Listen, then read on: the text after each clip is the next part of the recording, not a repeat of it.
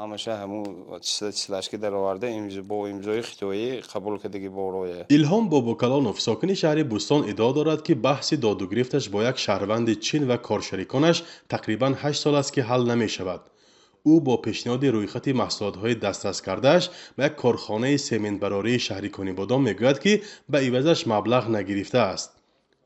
гап аз 600 000 сомонӣ аст.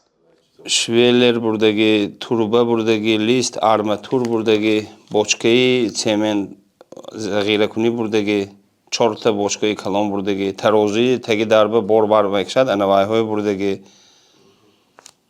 ҳамаи ина ман қарз бигиром бурдагӣ ва худаш хитоӣ гуфтагӣ буд, Сунҷубин гуфтагӣ буд ки 3 моҳ ба ҳамаша ҷанбаст мекунем, ту пулое гирифта буда метӣ гуфтагӣ буд.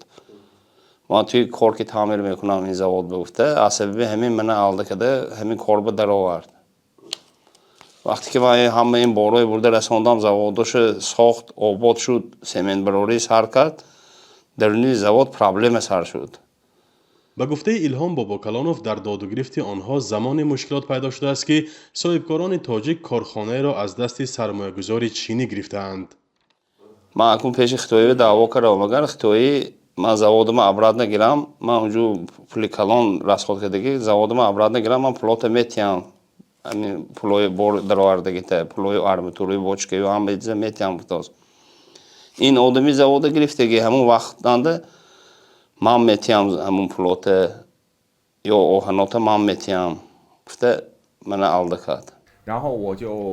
худи Су Ҷинбин соли гузашта ба студияи радиои Озодӣ омада шикоят карда буд ки коршарикони тоҷикистониаш ӯро фиреб карда тиҷораташро аз худ кардаанд, аммо ниҳодҳо ба додаш нарасидаанд. соли 2014 дар робита ба бунёди корхонаи семент ин соҳибкори чинӣ ва Абдухалил Нусратуллозодаро ба мулоқоти президент дар шаҳри Гулистон даъват карданд. ба гуфтаи Су Ҷинбин, раиси ҷумҳур ба коршарикон ва мансабдорони маҳаллӣ дастур додааст ки соҳибкори чиниро дастгирӣ кунанд. соҳибкори чинӣ мегӯяд коршарикаш аз мусоидати раиси ҷумҳур истифода карда корхонаро дар чандин бонкҳо ба гарав монда маблағи зиёди муштариёнро гирифта гурехтааст. барои ин кор алайҳи Абдухалил Нусратуллозода бо иттиҳоми қаллобӣ парванда боз карда ӯ таҳти пайгард будааст. барои ҳамин назари Нусратуллозода дар ин бора дастрас нест. 我是2016年的6月份开始建设这个水泥厂，到2018年的2月份。 соли 2016 мо сохтмони корхонаи тавлиди сементро оғоз карда, моҳи феврали соли 2018 ба кор сар кардем. баъди оғози кор аз ҳар мақомот барои тафтиши мо омадан сар шуд. бонкҳову шахсони ҳуқуқиву воқеӣ омада қарзҳои коршарикамонро аз мо талаб карда, кори корхонаро мушкил карданд. дар моҳи июни соли 2018 маро аз корхона пеш карданд.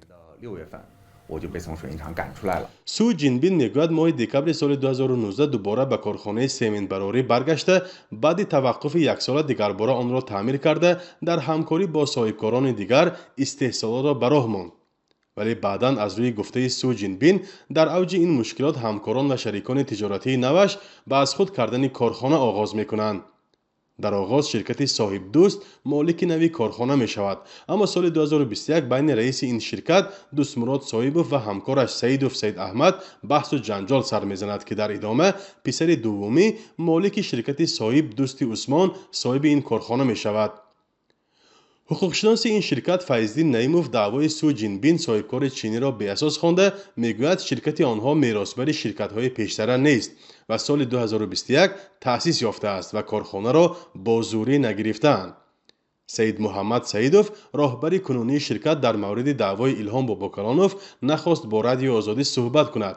ҳарчанд ба гуфтаи Бобокалонов моликони нави корхона борҳо ваъдаи баргардонидани маблағро кардаанд, аммо ҳуқуқшиноси ширкат қарздор будани корхонаашро дар назди ӯ рад кард. ростига мо хати ягон додигириф надора. мо ҳамин сифри холӣ ҳамина қабул кардему, хай инҷа илтимос карда маблағ кофта, ай банкҳо гирифта, хай ҳамин хел кора пеш бурда омадем акаҷон. устод мо вай хати ягон додигириф надорем. агар ина мо дар ягон ҳуҷҷат имзо ягон чи мо кардагӣ нестем хатиш. мо ҳамин таҷҳизотҳоро аз орёнизӣ гирифтем. феълан Су Ҷинбин ба гуфтаи бархе аз наздиконаш дар Чин қарор дорад ва барои суҳбат дастрас нест. моликони кунунии корхона мегӯянд ки ӯ ба қаллобӣ гумон задааст ва дар пайгарди расмӣ қарор дорад. ایلهام باباکلانوف اوید این مسئلهش به همه زینه‌های حقوقی شکایت کرده اما نتیجه دلخواه به دست نآورده است. همون داوداوی همون که گشتم هر روز من بیام تلفن میشد خونه من جنجال هر روز. طلب من همین که همون کارگرای مقامات کارگرای دخلدار همین به وای کننده دخالت کرده همون آهنوی من ابراد نگرام میتیام پول گرام میتیام من همین چیز همین بلا آزاد شوم. سالهای اخیر بحث‌های دادگاهی اقتصادی میان شرکت‌ها خصوصاً شرکت‌های خارجی با کارشریکانشان در تاجیکستان زیاد شده است.